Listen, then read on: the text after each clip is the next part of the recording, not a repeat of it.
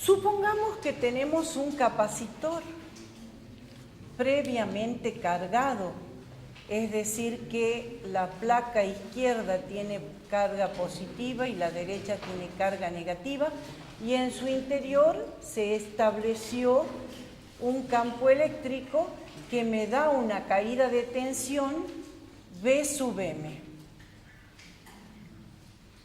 Y a este capacitor lo vamos a conectar a través de una llave a una bobina de inductancia L.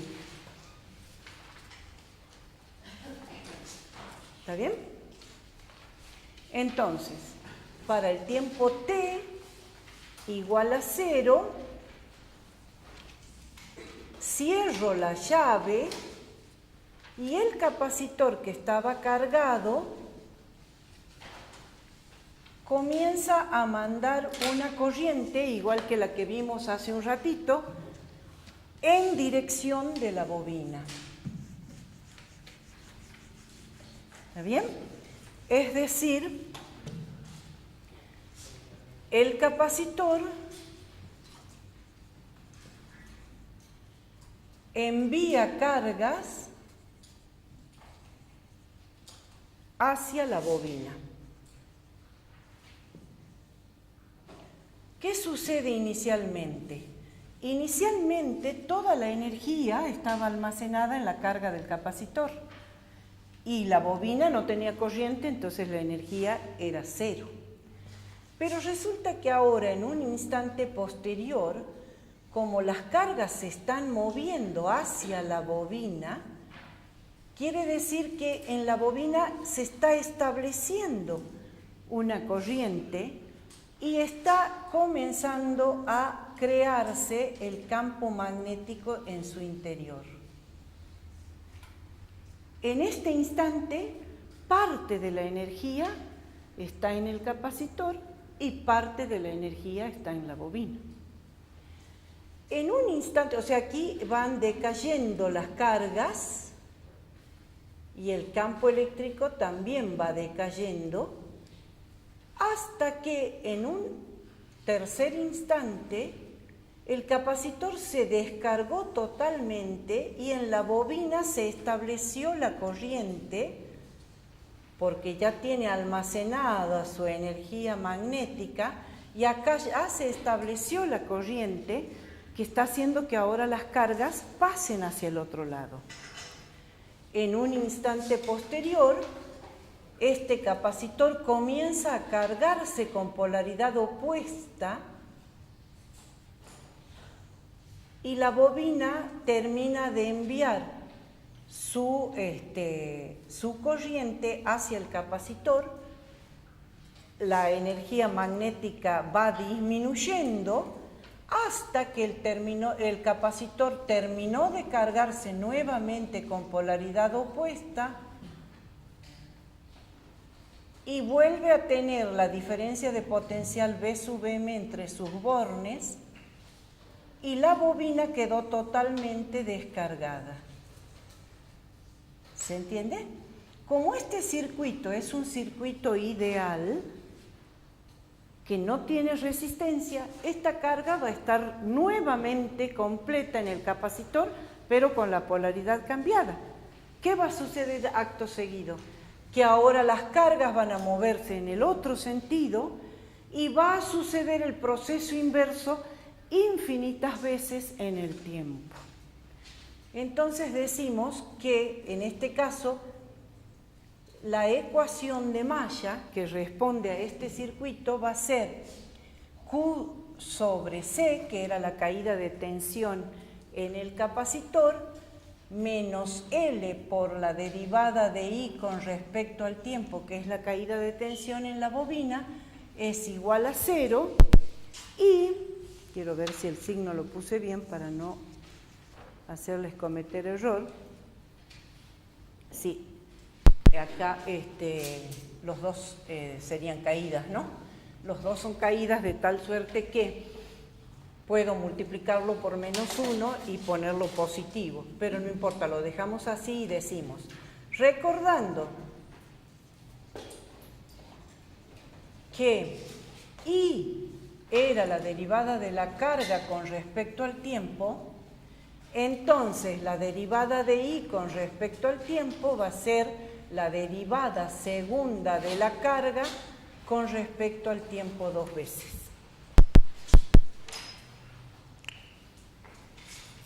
Reemplazando esto en la ecuación anterior, ¿qué me queda? L por la derivada segunda de Q con respecto al tiempo dos veces, más Q sobre C igual a 0.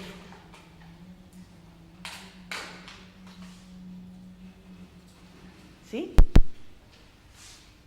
Y resulta que esta es una ecuación diferencial de segundo orden, ya no es lineal como en el caso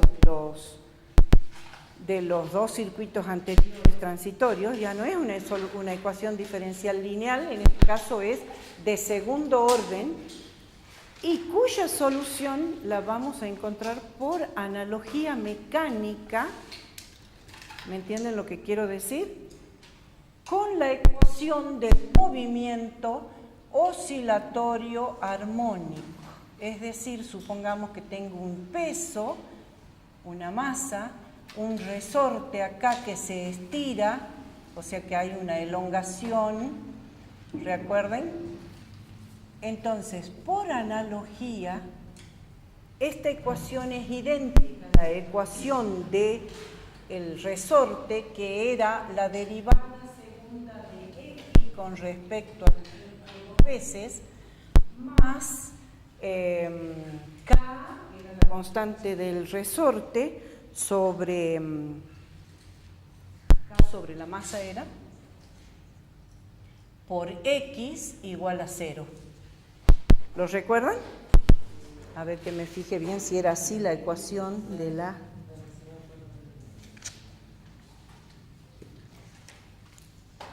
Acá. Es K sobre M, sí. Bien. No sé si recuerdan esta ecuación que vieron en Física 1, es la ecuación diferencial que gobierna el movimiento oscilatorio armónico, o el péndulo, ¿sí? Donde X era la elongación del resorte, K la constante del resorte y M la masa. Esta ecuación tenía una solución del tipo amplitud máxima, perdón, pongamos en X para que lo entiendan mejor.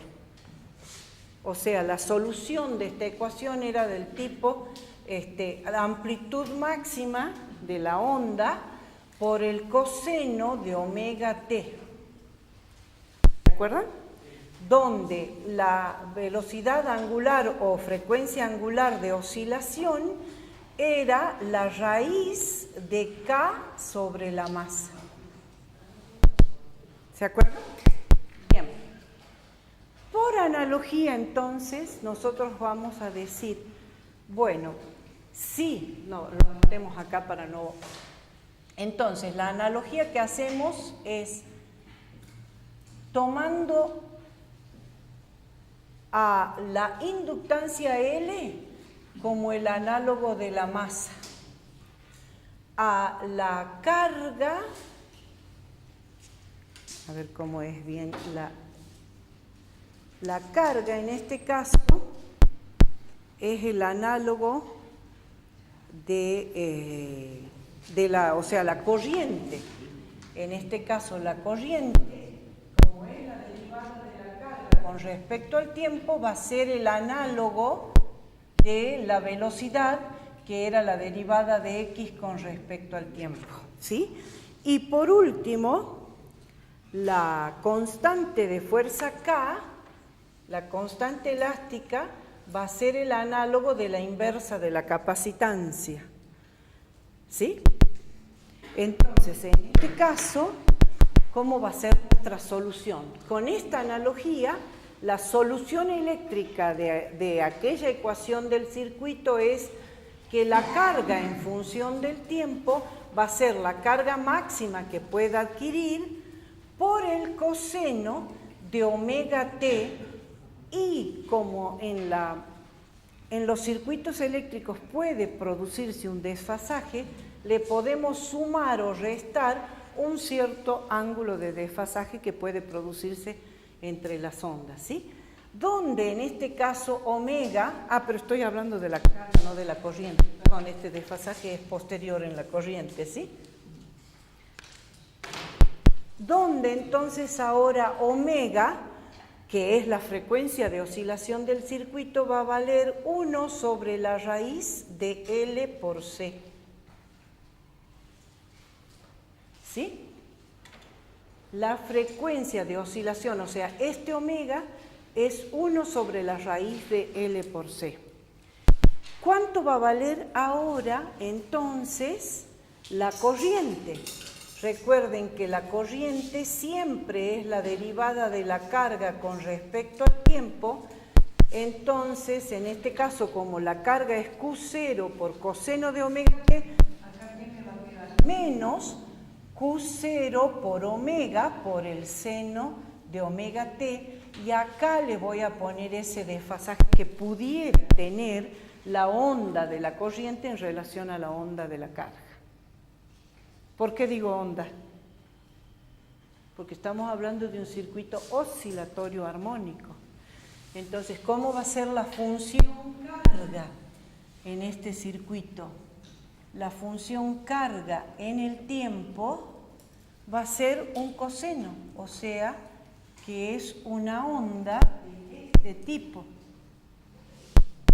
Por eso se dice que este tipo de circuito es un circuito oscilante, que por supuesto es ideal, porque no hay pérdida de energía, se mantiene en todo el tiempo la energía oscilando.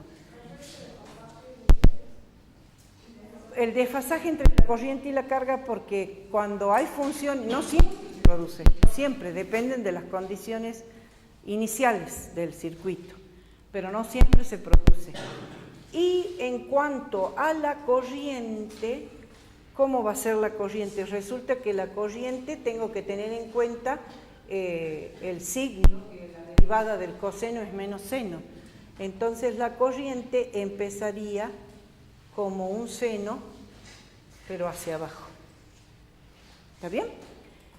Y donde recuerden que la carga máxima del capacitor era la capacitancia por la caída de tensión que tenía aplicada entre los bornes, que habíamos dicho que era Bm. ¿Se entiende? Pero resulta que, como les digo, vuelvo a repetir, este es un caso ideal, donde no hay nada que me haga disipar energía. Pero la realidad es que hasta el conductor más finito tiene una mínima resistencia, entonces el circuito real es un circuito que tiene resistencia. Entonces vamos a ver el circuito RLC.